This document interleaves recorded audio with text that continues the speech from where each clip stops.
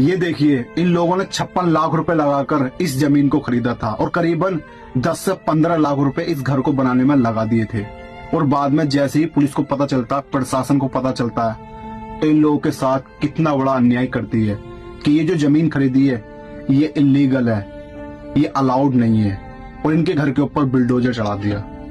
अगर यही करोड़पति बिजनेसमैन होते, क्या इनके घर के ऊपर बुलडोजर चढ़ जाता? क्या इनकी प्रॉपर्टी को अवैध प्रॉपर्टी बताकर खाली करा दिया जाता? नहीं करा दिया जाता। जैसे अडानी हुए, अंबानी हुए, और भी बड़े बिजनेसमैन, अगर ऐसे का होता तो देते नहीं, छीनते नहीं और दे देते, जाओ हमारी तरफ से फ्री है, ये दोस्ती का वादा है, दोस्त के लिए दोस्त कुछ भी कर सकता है। पर ऐसे लोगों के साथ कोई कुछ नहीं कर सकता, सीधा बुलडोजर चढ़ेगा, धम्म जैसी।